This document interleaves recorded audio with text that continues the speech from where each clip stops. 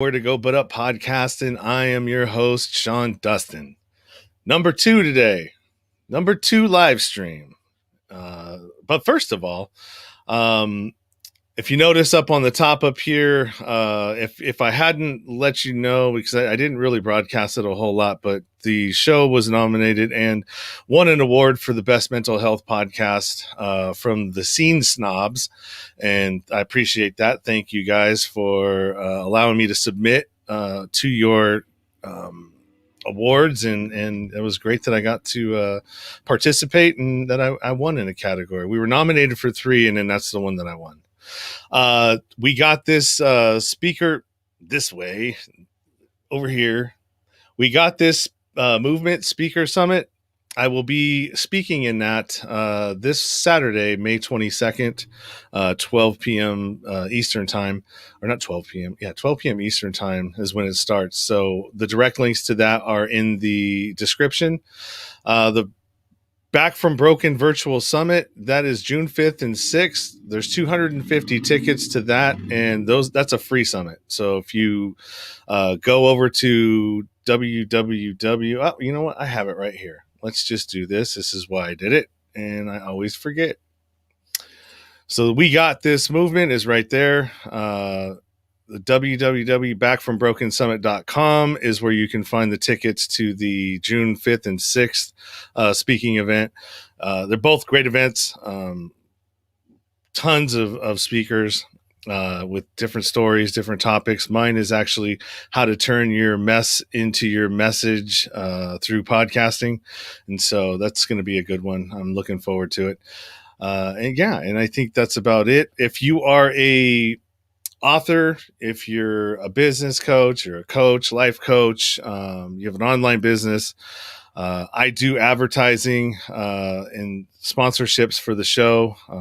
Feel free to reach out to me at nowheretogobutupnow@gmail.com if you want information on different pricing tiers for sponsorship of the show or episodes of the show. Our guest today is Kelli Palfy, and we will be back with her in just a moment after these messages. Sean Dustin spent time in federal and state prison for drug trafficking and fraud. Upon release in 2006, he had nothing but the clothes on his back, a bag of mail, and legal paperwork. In 2010, he kicked a long-time methamphetamine habit and started the long climb back up the ladder of life. This is the Nowhere to Go But Up podcast. If you want transparency and authenticity, you're in the right place. This is the Nowhere to Go But Up podcast, and this is Sean Dustin.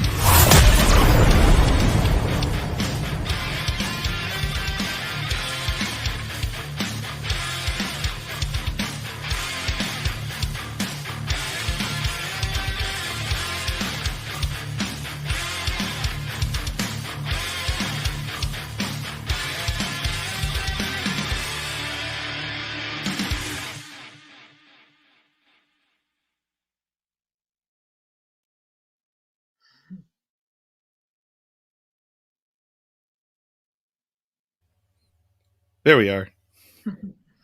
Hey, Kelli, how are you? I'm well, thanks, Sean. How are you?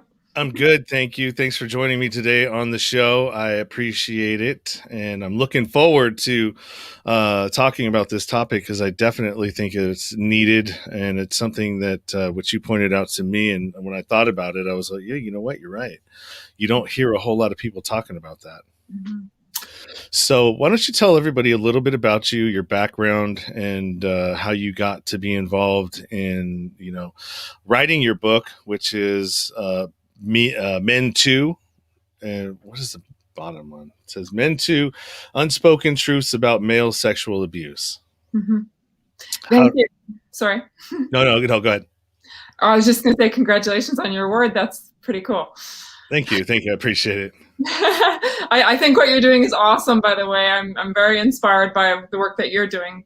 I got into my work, so as I told you on the phone when we spoke that time before, I used to be a police lady.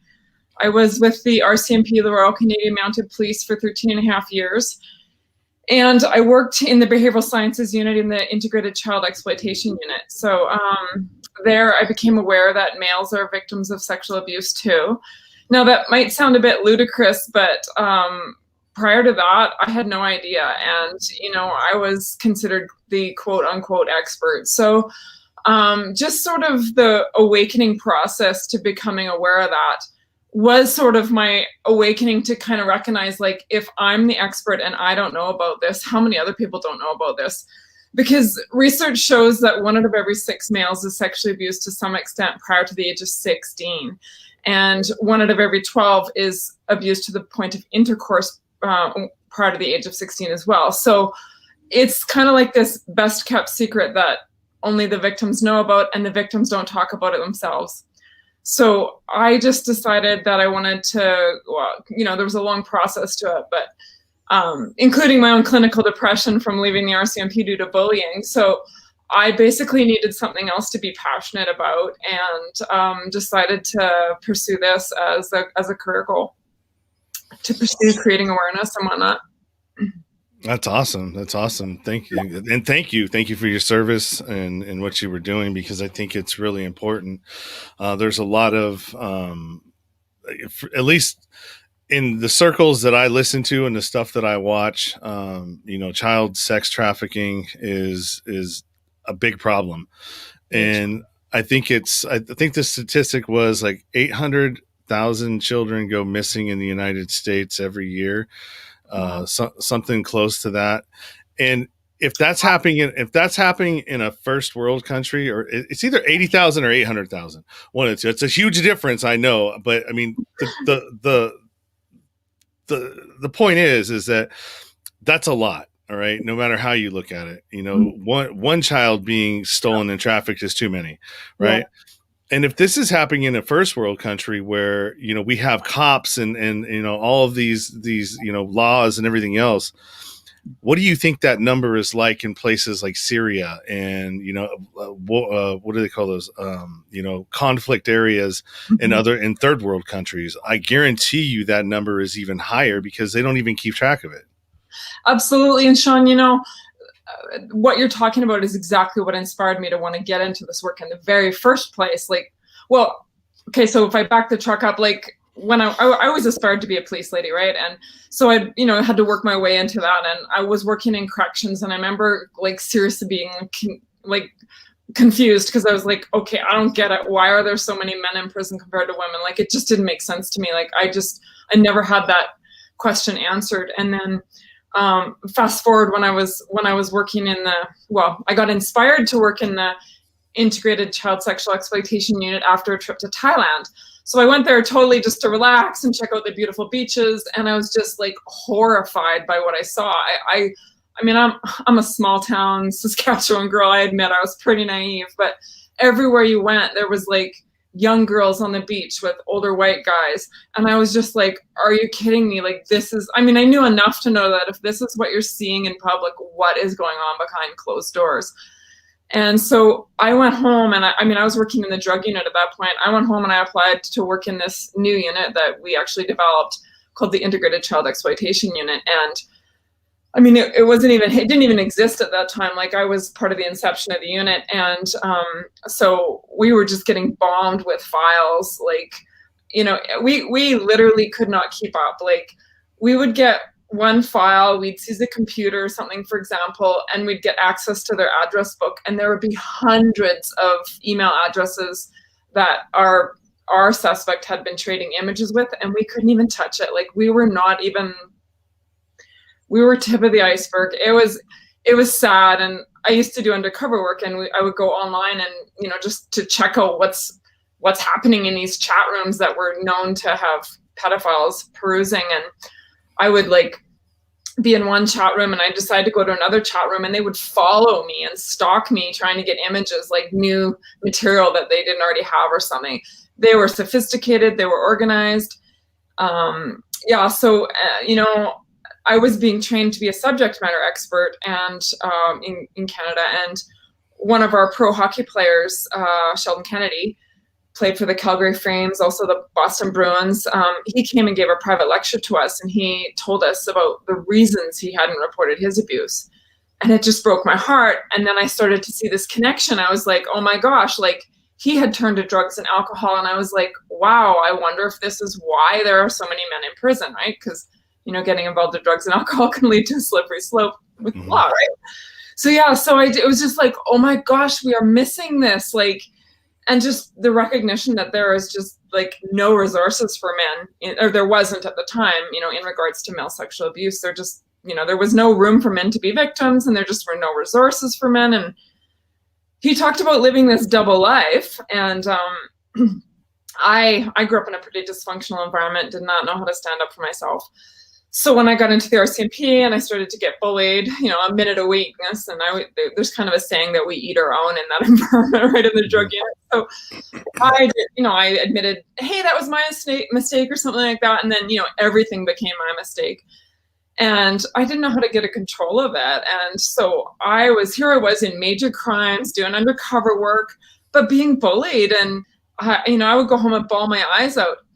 Sheldon Kennedy talked about living this double life, and I got that tiny little piece of it. I was like, yeah, I know what it's like to live a double life, because on one hand, I'm this, you know, cop in major crimes with a badge and a gun doing undercover work, and I like go home and bawl my eyes out and can't sleep, right? Like, and so here he is, a pro hockey player, but a victim too, and it was just like, wow, I wonder how prevalent this is. Yeah, so. I think it's pretty prevalent. I mean, in my friend Sandy, she just chimed in here. Let's get her statistics. She said children who have been either sexually or physically abused are 50% more likely to become incarcerated. Those in the U.S. who have been tossed to more than 4 foster care homes are 90% more likely to become incarcerated. So Sandy is a friend of mine, and she does advocacy for the formerly incarcerated people that are, in prison, wrongfully convicted. Awesome. I had her on my show to do an episode of, I can't remember, Charles something, but he was wrongfully convicted, and we did an episode with his wife and her, you know, talking about the case and, you know, some of the aspects of it and, you know, things that were being missed. She says, kudos to you, Ms. Palfy. We as women who have suffered must persevere. Yay. Hi, Sandy. Thank you. Yeah. Yes. And, you know, another statistic is that if a child doesn't learn to read by grade 3, they're very likely to go to prison, right? And how many boys who were sexually abused do not learn how to read by grade 3, right? Because they're so dysregulated. How can you go back to school? You know what? Somebody said something to me. I can't remember who it was, but they said they used 3rd grade statistics and scoring to determine who's going to go to prison and who's not. Mm-hmm. Yeah, that's the statistic that they use, and they use that to determine how many more cells they need to build in prisons for the future. It's so sad. It's almost like it's like, I mean, it almost seems like you're trading futures in children. You know what I mean? I mean, I guess that's why I think like we need to see the bigger picture here, right? Like, how many of these men that wind up in prison, you know, some of them might have even just killed their offender, right? Which I shouldn't say just, but you know, it's a little more understandable, right? Yeah, for sure. I mean, it's, you know, people say, "Oh, the system's broken," but it's not broken. It's working perfectly. It's working the way it was supposed to. And you know, I have a whole lot of other theories as to why that is, but we're not going to get into that today. But one of the things that I know that we had touched on and talked about, and you know, I struggled with this, and you know, I talk about it kind of openly now. It's not like I go out and volunteer to talk about it, but it's, you know, when we're talking about, you know, these type of issues, I've been affected by it as well. You know, I was exposed to pornography at a really young age. I want to say like around 6 or 7. And that's really before you even know, you don't even know what you're looking at and why you're looking at it. But what would happen is that I'm looking at these pictures, and it's not Playboys. They were, you know, penetration pornography. And, you know, you get aroused. I mean, it's because that's how we're wired. When we see that's what's supposed to happen, because biologically that's what the normal function is, right? Right. Yep. And so what I would do is I would go and I would see this stuff, and I would try to act it out with with other kids that I would see in daycare or whatever. It was never anybody in my neighborhood, but I did it at the daycare that I was at, and would play house and all of these things, and they didn't know what I was doing. I was just seeing what I saw, but that had an effect on me because I questioned my sexuality for a long time. I'm like, am I gay? Because I did these things, and like before I knew that it was like a normal thing. Maybe not to that extent, but experimenting with other kids, that's kind of a normal thing, right? And Sean, that's why we have laws, is to protect kids from exposure to that kind of thing, right? Like, I grew up reading my dad's pornography too, and I can tell you that it deeply affected me in a lot of ways, right? Like, totally distorted images about what love was, what intimacy was supposed to be like, and yeah, I mean, that might not have led me to offend against anybody, but it certainly led me to have boundaries that I, or lack boundaries that I might have put in place had I not grown up reading that. Yeah. And in today, I mean, kids, they have it at their fingertips. They have access to porn right there, on their phone. If they've got a smartphone, their parents, haven't done their due diligence to keep that content away from them. But even if it doesn't matter, because even if your parent, you could be doing the most due diligence that you want. Yeah. And little Johnny's friend, Timmy, yeah, his parents didn't. And now they're all watching it together, and maybe those same sort of things end up happening, you know what I mean, all over. And Absolutely. So it's really, I feel like we're going backwards in some ways. Yeah, it's like you say, it's so prevalent, and offenders will go to extreme extents to try and get this material into children's hands, right? Because it is like used as a disinhibitor, right? Meant to normalize it, meant to arouse the child, interest the child, so that they want to do what they've seen, right? Mm-hmm. It's part of the grooming process. Yeah, that's a great segue, because I was going to get ready to ask you, to explain some of the grooming tactics that you learned about, in your position. Yeah, well, I mean, one file that I can speak to personally that I handled was it was actually involving girls, but I mean, same sort of process. This fella had posted a advertisement for wanting to hire a student. So this young 12-year-old girl applied for the job, and of course got it. And it's basically, she just started off as kind of like, like hanging around the house, and you'd give her odd jobs like sweeping the floor, stuff that was so easy, right? And you can see over the years, like he videotaped the whole thing. I had to watch. It took me months to go through all the material, but he was, which is why I feel like I have a bit of a background in the grooming, right? But yeah, he would start off with like giving them jobs, paying them ridiculous money to do easy jobs, and then started treating them like adults, which is exactly what they do with boys. They'll with a boy, they'd be like, hey, come, take jujitsu class or learn self-defense, or I'll hire you to help with something else. And then they start introducing masculine principles, for the boys. They'll treat them like they're older than they are, maybe introduce them to alcohol or smoking or something like that, or marijuana, engaging in rough play. The fellow that I had to observe on the video, he would get the girls, there was two of them, and he introduced them to water balloon fights, and then he switched the balloons out to be condoms, and they started asking questions about that, and he introduced them to sex toys and started teasing them about not being mature enough and old enough, and paying them to pose for pictures and stuff like this. And it was years and years of grooming, and eventually ended up engaging in physical acts with them.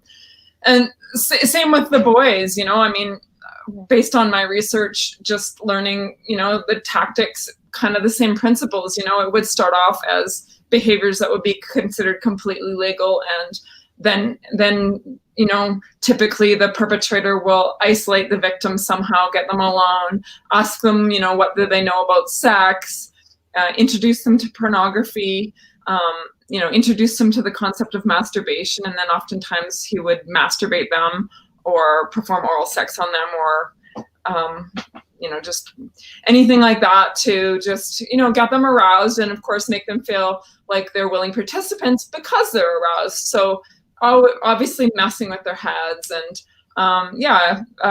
usually in the grooming process, prior to actually engaging in sexual activity, they will introduce secrecy. So they'll, like I mentioned, introduce like things that the child's not typically allowed to do. It could be like letting them drive a vehicle, or letting them stay up late, or letting them watch explicit materials. And if they don't get in trouble for that, then they'll move to the next stage, because now you've got the victim in this place where, hey, if you tell on me, I'll tell on you, or they already feel guilty because they've done something that they know their parents wouldn't agree with.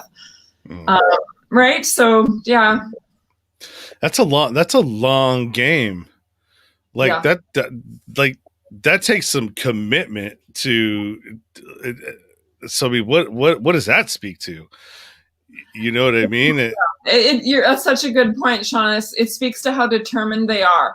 Like, there's a couple different types of offenders that we kind of discuss, like situational or preferential type offenders. So a situational offender will offend against, kind of any child, anytime they get an opportunity. Doesn't necessarily have to be exclusively male children or female children. Whereas the preferential offender will have an age and sex of preference, typically, and they will spend their entire life working towards creating opportunities to offend. So they will volunteer at the right places to have access to children. They will take education to have careers to be in the right places to access children. And, they will go out of their way to befriend the parents and be useful and helpful. And, honestly, the best way to put it is that they will do as much as humanly possible to look like the least possible person that would ever offend against a child, which is so scary, right? Yeah, that's commitment. That is forethought. That's predation. I mean, you've got like a whole bunch of different things wrapped up into one sort of sickness, right? Absolutely. And a lot of times, and not to like make excuses for it, but most offenders are people that have had it done to them as well. I don't know that that's true, to be honest. No. And I do think that's one of the myths that keeps a lot of males from coming forward, right? A lot of offenders will claim, there's this great book, I'm going to hold it up. I love this book. Shout out to Dr. Anna Salter. I think I shout her out in almost every podcast I do. She was a psychologist, and she worked in the federal prison system, and she interviewed the narcissistics and the psychopathic sex offenders. And I don't remember if it's her research or just research that she quotes, but basically what you just said, like all offenders usually claim that they were victims too, but we believe that they do that for sympathy, right? Especially for sentencings. So she says that when, offenders, like I think it was 70% of offenders, when just asked about it, would say, yes, I was a victim. But when they were posed with the idea of having to take a polygraph, that number dropped down to 30%. And that was before they even did a polygraph. So just threatening a polygraph, 40% of them reneged on it. So I don't think that's necessarily the case. I mean, obviously, I'm not an expert, and probably there's no way to prove that. I'm not an expert in that. There's no way to prove that. But but that is one of the myths that keeps a lot of boys and men from coming forward, is this idea that, if you were a victim, you're going to just automatically turn into become offender. Research shows that less than 10% of males in the general population will go on to reoffend or go on to offend. Well, thank you for clarifying that, because I had been under that impression for a long time, and some of it reinforced because I had a interview with a woman, and she had been raped when she was younger by a younger kid, right? Sort of like in her age range, maybe a little bit older, and this was like maybe 9, 10, and 12-year-old, and that's in that age range. And what she had said is that, he said, don't say this and don't tell anybody. And if you tell anybody, I'm going to do this, blah, blah, blah, blah. And, having raised a kid myself now and seeing that at a young age, they don't know about any of these things or how to do any of these things unless they're introduced to it. Absolutely. And so I said to her, I said, well, is it possible that, like, how would he know to tell you not to tell anybody if he hadn't been being told that by somebody else, because possibly that was happening to him? And so those are, I mean, I guess it's all case by case. You have to take it, what it is. And I think at really young ages, it might be a little bit different than older, but nonetheless, it's still a serious issue. It's what's really what is keeping, a lot of society sick. And it's not just with at least the offender, you know what I mean? The formerly incarcerated, the people that are incarcerated, because 9 times out of 10, it has to do with untreated trauma that got them there to begin with. Absolutely. 100% agree. I am so convinced, Sean, that our prisons are filled with male victims and female victims of sexual abuse, right? I mean, whether it's because they've been so dysregulated that they didn't establish proper coping mechanisms, couldn't make it through school, don't have a lot of career options. It's just such a snowball after that, right? Yeah. No, it is for sure. Sandy, I had her comment up there. It says, "It is prevalent, Kelli, and because of my own personal physical and sexual abuse as a preacher's daughter, I have gone on to gain my accreditations in both cognitive behavioral therapy and neuro-linguistic programming." Yay. Good for you, Sandy. Congratulations. You're really out there doing it. I talk to her every so often on the phone. Yeah. We find it hard to trust, so we must trust in ourselves. Sean, if you don't mind, I want to comment just a little bit more about what you were talking about, that last person's abuse, right? Like, again, back to this idea of why we have laws in place, right? Like, we don't charge, I don't know what it is in the States, but in Canada, we don't charge children under the age of 12. Like, I mean, until children have hit puberty and had education about sexual matters and kind of learn to understand consequences, right? Like, children go through a phase of moral development, and little children are literally not mature enough mentally to understand, proper moral issues, right? Like, I'm sure you saw this in your own child, right? The only reason little kids don't do things is the chance of getting caught. It's like, if I'm going to get caught, I'm not going to do that. As we get older, we develop into, okay, I'm not going to do that. If we reach our highest levels of moral achievement, it becomes, I'm not going to do that because it's not good for society or it's not good for other people. It's not just about getting caught and not getting caught. So children don't have that moral development as adults do. So, I mean, like, literally, they can't be expected to have it. It's something that we develop with age. So, yeah, and I mean, children don't even understand the sexual nature of what's going on until they've developed, sexual, maturity themselves and been taught. So, yeah, for a child to be offending, I would say if it's against someone their own age or younger, they're, like you said, reenacting what you've learned, right? Or playing doctor, whatever you want to call it, right? But that's why we have laws in place to protect children. That's why we're not supposed to expose children, like you say. Yeah, you if you don't want them to try and mimic what they see, don't let them see it.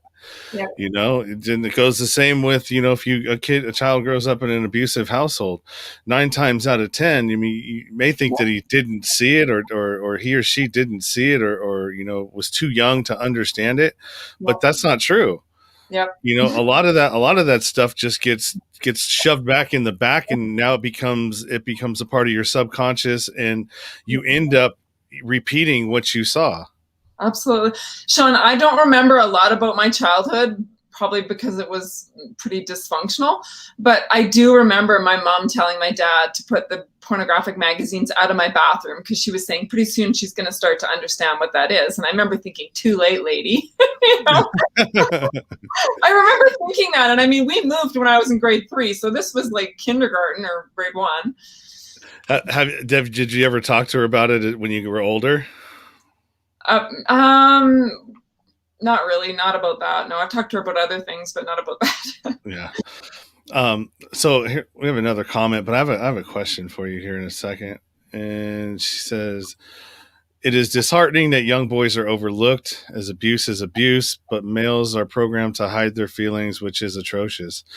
I don't even think it's hiding your feelings. It's just shame. It's shame around, you know what I mean? It's such a shameful thing that we've been. Sorry. No, I was saying it's been put out there that, you know, that this is such a shameful act. If you commit some sort of a, homosexual act, you know what I mean, that, oh my God, I can't believe, you know what I mean, we build this up in our head that now we're going to be labeled as X, Y, and Z. That's what I did, and I wasn't that way. I just, it was just something that I saw and did, and it was a phase, and got in trouble for it, and got caught doing it, and all right, that was it. Done with that. No more of that. Okay. And Sean, I talk about that a lot in my book. It's a lot of those things. It is, boys are conditioned from their youth to suck it up and to not have feelings and to not express emotion. And boys are conditioned from their youth to be protectors, to be providers, to all, there's this message that boys and men always want sex and that they never turn it down and that they control their erections at all times. Realistically, little boys can get erections if the wind blows a different way, or if they, if in math class, right? Like any kid's excited about that, right? So it's such a misnomer, right? It's so misleading. We know this from research on spinal cord injury patients, that it's a completely different system. It's like this has a brain of its own, literally. Yeah, it does, as somebody that has one of those, you know what I mean? It even in your 20s and 18, 19, 20, 21, I mean, the wind still works, Exactly. Yeah. It's, and it's biology. It's just the way that our minds are wired to what we see.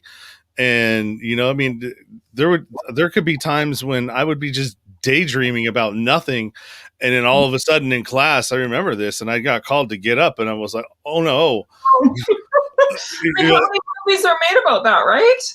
Well, because it's true. Exactly. Yeah. And you said thinking about something else, right? I can't quote the names of them. Oh, I can if you want me to, but one type of erection is just simply a response to touch. The type of erection that you get when you are enjoying a pleasurable situation is very different than the type of, not type, but just the system that's involved, the response to trauma. Like men who are extremely traumatized can get erections too. If you're held at gunpoint. Yeah.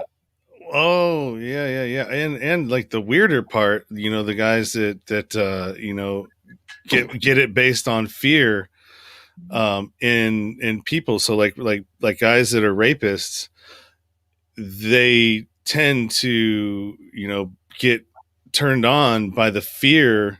Absolutely. In the woman's that she's expressing. And if a lot of times, sometimes they say, don't show any fear, and reverse psychology it, and it'll piss them off because it does, because you taking away their turn on. Exactly. Yeah. And male victims too, right? Yeah. Absolutely. All right. This is a deep subject. Sorry. So let's take a little bit of break from that for a second and move over to Sandy. In the United States, there are many juveniles as young as 11 who are charged as adults. Sad. That's horrible. That is just whew, that's crazy. Maria, keep up the good work, Sean. Thank you, Maria. Maria's a friend of mine. Sandy again, experimental youth does not define you as a person. Thank you, Sandy. I appreciate that. Yep. And then Ashton, interesting episode. And I have lots of podcasts and interviews out there on different subjects. So yeah, kellipalfy.com. Yeah, and that's where you can find all of her social media, everywhere to connect with her. You'd listed it, but I was like, I stopped. I should just put if you have a website now instead of links, because I don't sending people to other places. I'd rather send them to your website so you get the traffic instead of sending them to Facebook or somewhere else. So go ahead. No, you go. All right. So my next question is what is there anything that you've run across in your career that just absolutely affected you and you were like, you know what I mean? Because I know that this is I don't know if I could do it, honestly, to be honest with you. And some of the things that you come across and some of the stories and pictures and all of the stuff that is a possibility of you seeing, because what you see, you can't unsee. Yeah. And you know what, Sean, I guess I've been fortunate that I focus on the process, right? Like as a police lady, I focused on the process of catching the bad guys. I didn't try to focus on the pictures of the victims, right? And that was the hardest part about leaving the police force, honestly, was like, who's going to work as hard as I did, you know? And then thankfully they got Corey and he did work as hard as I did. So I didn't feel so bad leaving. But even like in my work now, like I just, like, and that's why we have to be trained, right? Like, you know, I mean, because you don't want to be subject to vicarious trauma. I mean, I have my coping mechanisms. I exercise. I have friends that are psychologists. I access my faith. Absolutely. But I really, in the process, I keep my eye on helping, like, you know, I know that this trauma exists and I remind myself that I'm not the one doing this. And I also just remind myself that it's an honor and a privilege to sit with clients and to earn their trust, for them to tell me their stories.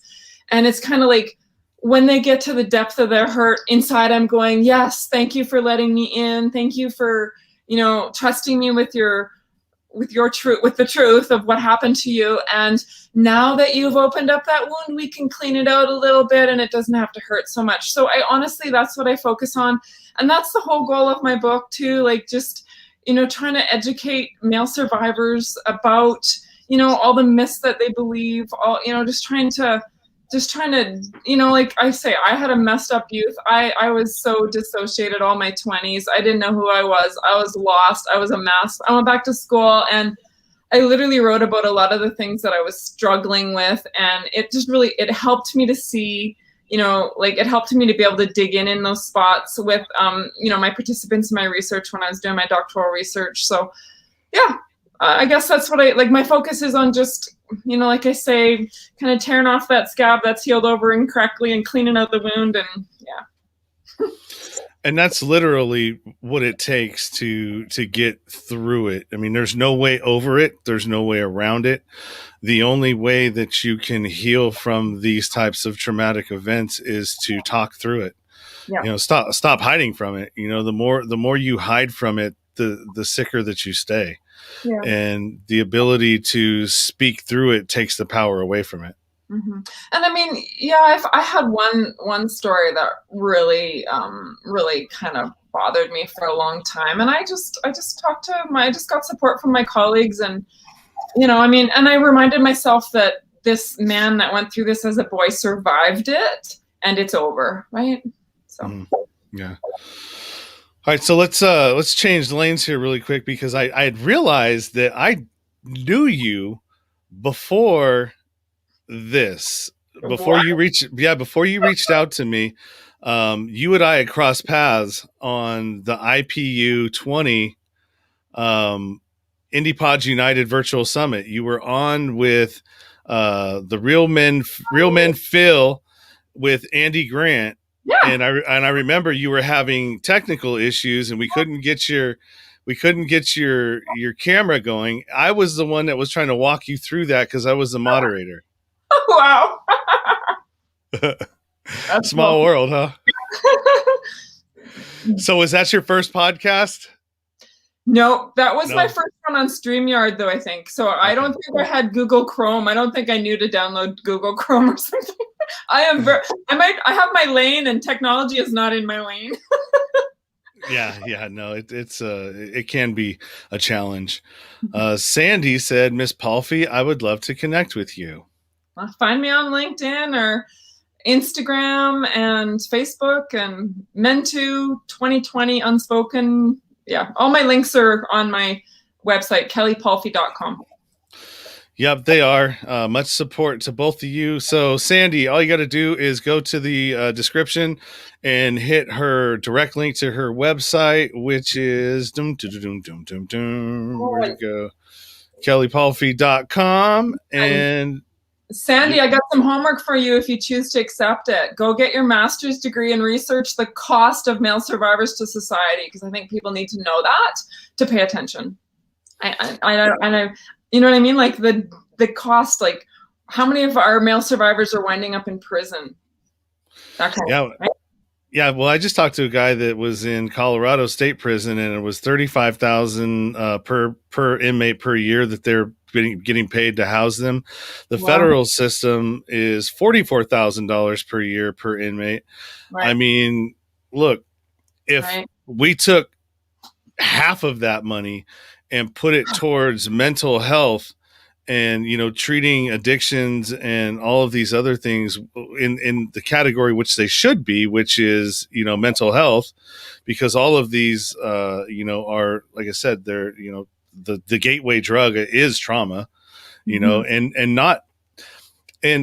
so here I have to be honest here, because not everything is related to childhood trauma. Not everybody is subject to having childhood trauma in their background or their history. But as you get older and you start getting into other relationships and, you know what I mean, you start getting involved with, you know, the kind of person like I used to be, which was an abusive, narcissistic, you know, mentally, emotionally, verbally abusive person. I mean, I guarantee you that at least 3 of my exes, I probably traumatized, you know, just because of my behavior and, you know, the kind of person that I was. And that in itself can lead to, you know what I mean, that could derail somebody. Yeah, for sure. But and that would be abuse to them, right? Obviously, yeah. Sean, I just want to comment on what we were just talking about again, just about like you know, the cost of holding inmates, and, you know, what if we were to you know, place greater emphasis on, you know, detection and prevention kind of things, right? I think the key is, like, you know, there's a concept called willful blindness, where we will see something and we'll think, oh my gosh, that I have to kind of ignore that, because if that was like, that can't be true, because if that was true, that's ludicrous. It would be just like too awful if that was true. And this is a concept I talk about in my book, right? Like, you know, like you think you see something, like the example the Dr. Hefferman gives in her book is the mom who's like seeing her husband come out of saying goodnight to their daughter, and she thinks she notices that he has an erection, and she confronts him about it, and he calls her crazy and ludicrous and how dare you think that, and that's disgusting and all these things. And then 10 years later or 5 years later finds out he was abusing their daughter, and she had that instinctual awareness, and he just convinced her she was crazy at the time, right? So we call that willful blindness. So if we were to like try and, you know, even just create awareness about the concept of willful blindness, maybe we would pay a little better attention to our instincts.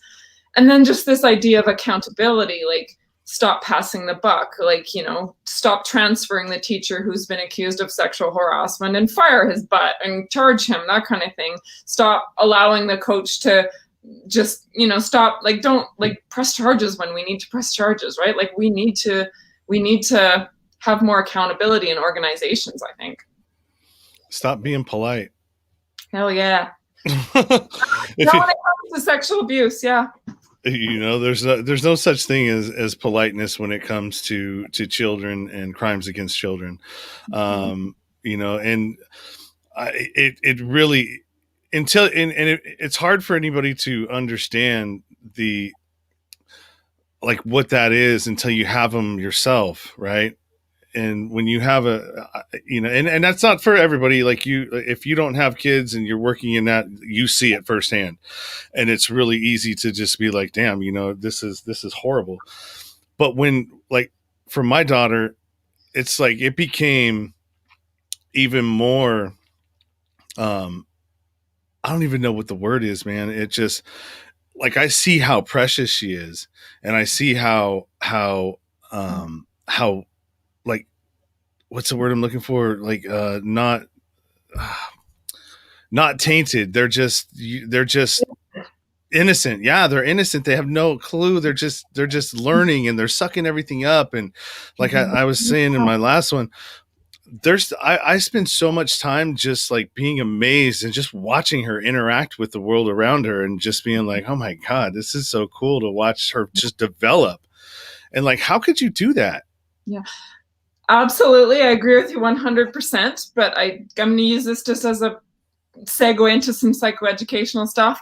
There's an idea called the law of first mention. So you're talking about your daughter's innocence and how she's just sucking up information. This is how perpetrators get their victims too, right? By, they teach them something, and then and they think, like, they teach you what it feels like to be aroused, and then you go on to be sexually confused because your first experience was with a male, right? Mm-hmm. So you compare everything else after that to your first experience, right? Whereas if your first experience would have been with a female, or your preference at your age and time of preference, you wouldn't struggle with that, I don't think, right? I mean, everything that we're taught in our youth for the first time, we compare all other information to. That's a good point. Mm-hmm. I didn't think about it like that.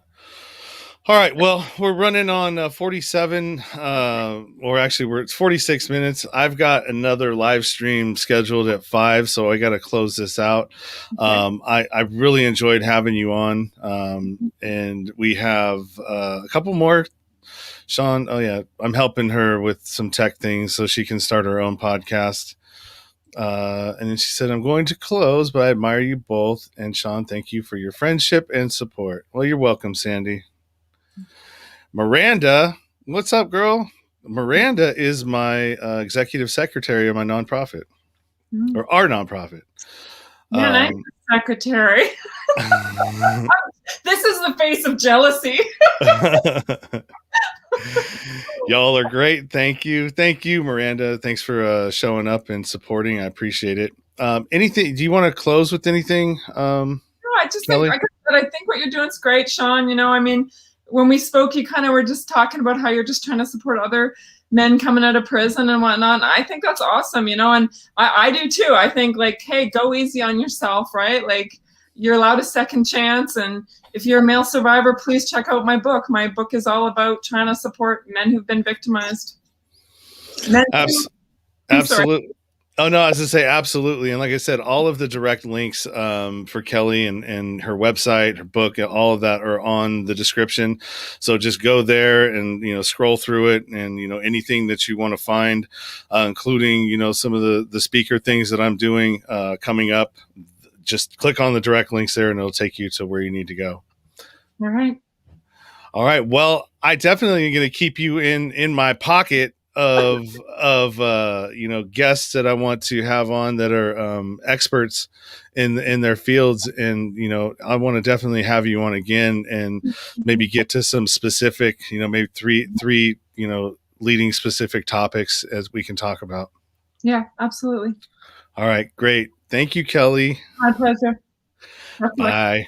Bye-bye. All right. Wow. Those are tough subjects to talk about. I'm not going to lie. And I definitely appreciate her for coming on and sharing her information with us, and her experience and her story. Hang out.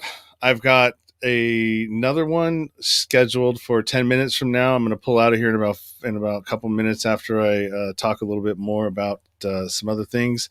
If you're on YouTube, do me a favor, subscribe, rate, or subscribe and thumbs the video up. If you're on Facebook, do me a favor, and also what caused it? You're a little late, Norman. Maybe I'll answer those a little bit later. Hold on one second. Thanks, Sean. Best of luck. Thanks, Kelli. Anyways, so hang out. We'll be back in 10 minutes with Robert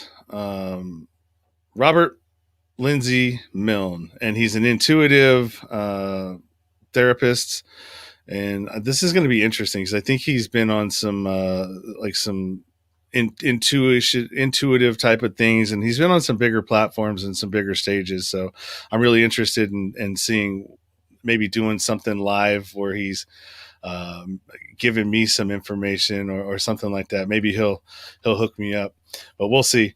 Anyways, I'll be back. Like always, keep it 100, stay true to yourself. Everything else is just noise. You've been listening to the Nowhere to Go But Up podcast.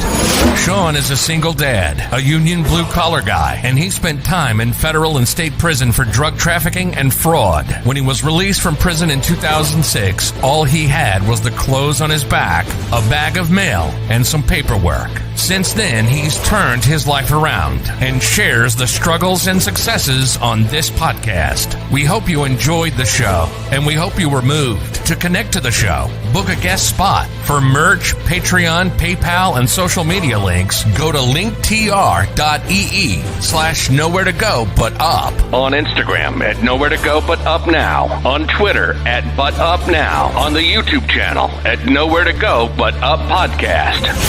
See you next time.